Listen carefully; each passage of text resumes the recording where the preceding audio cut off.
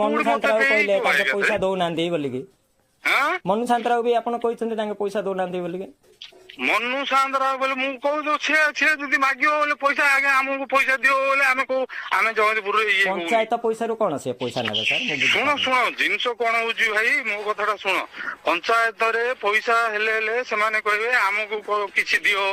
ହେଲେ ମୁଁ କହିଲି ଜଗତପୁର ପଞ୍ଚାୟତର ସବୁ ବଡ ବଡ ନେତା ଯାକ ଅଛନ୍ତି ଭାଇ ତମେ ଜାଣିଯିବ ବୋଲି ମୁଁ କହିଦେଲି ତାକୁ ହେଲା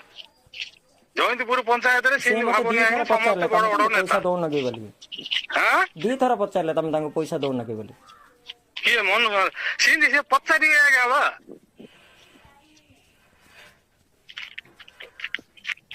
ଆମେ ଭାବୁଥିଲୁ ଆପଣ ନଉଛନ୍ତି ସବୁ ଜାଗା ସବୁ ମିଳିମିଶିକି ଯଦି ସମସ୍ତେ ନେଇଯିବେ ବୋଲେ ଆଉ କାମ କିସ କରିବୁ ସାର୍ ସେଇଥିପାଇଁ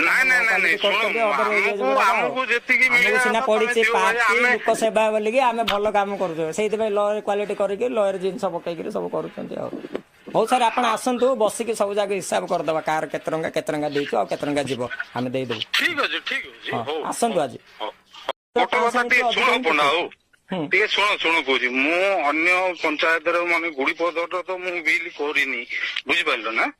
ଦୁଇରେ ବିନାରେ ତମେ ପଚାରିବ ଯୋଉ ବିଲ୍ କରୁଛି ମୁଁ ରୟାଲିଟି ଭ୍ୟାଟ ଟ୍ୟାକ୍ସ ବାବଦରେ ଯେତିକି ପଇସା ତାଙ୍କର କାଟୁଛି ତମର ସେତିକି ମୁଁ କାଟୁନି ଭାଇ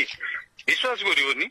ମୁଁ ତାଙ୍କ ଫାଇଲ ତମ ଫାଇଲ ହେଲେ ଦେଖେଇଦେବି ମୁଁ କହୁଛି ହଁ ସାର୍ ରୟାଲିଟି ଫୟାଲିଟି କାହିଁକି ଏଗୁଡାକ ମାନେ ଗୋଟେ ଲିମିଟେଡ ମୁଁ ଗୋଟେ ମୋର ପ୍ରୋସିଜର ଅନୁସାରେ ମୁଁ କାଟୁଛି ବୁଝିଲ ନା ପର୍ଟିକୁଲାରଲି ଜୟନ୍ତପୁର ପାଇଁ ବୋଲେ ମୁଁ ତାକୁ ଦେଖିବ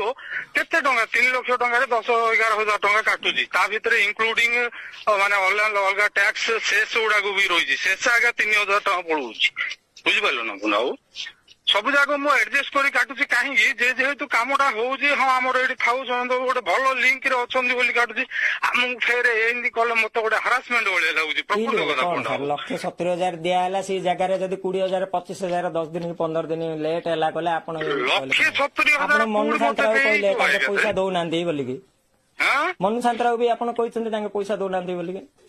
ମନୁ ସାନ୍ତରା ବୋଲେ ମୁଁ କହୁଛୁ ସେ ଯଦି ମାଗିବ ବୋଲେ ପଇସା ଆଜ୍ଞା ଆମକୁ ପଇସା ଦିଅ ବୋଲେ ଆମେ କହୁ ଆମେ ଜଗତପୁରରେ ଇଏ ପଞ୍ଚାୟତ ପଇସାରୁ କଣ ସେ ପଇସା ନେବେ ସାର୍ ଶୁଣ ଜିନିଷ କଣ ହଉଛି ଭାଇ ମୋ କଥାଟା ଶୁଣ ପଞ୍ଚାୟତରେ ପଇସା ହେଲେ ସେମାନେ କହିବେ ଆମକୁ କିଛି ଦିଅ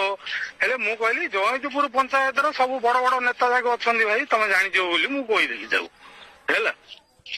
ଜୟନ୍ତପୁର ପଞ୍ଚାୟତରେ ସେ ଭାବୁନି ଆଜ୍ଞା ସମସ୍ତେ ବଡ ବଡ ନେତା ଦଉନ କି ବୋଲି ଦିଥର ପଚାରିଲେ ତମେ ତାଙ୍କୁ ପଇସା ଦଉନ କି ବୋଲି କିଏ ମନୁ ସେମିତି ସେ ପଚାରିବେ ଆଜ୍ଞା ବା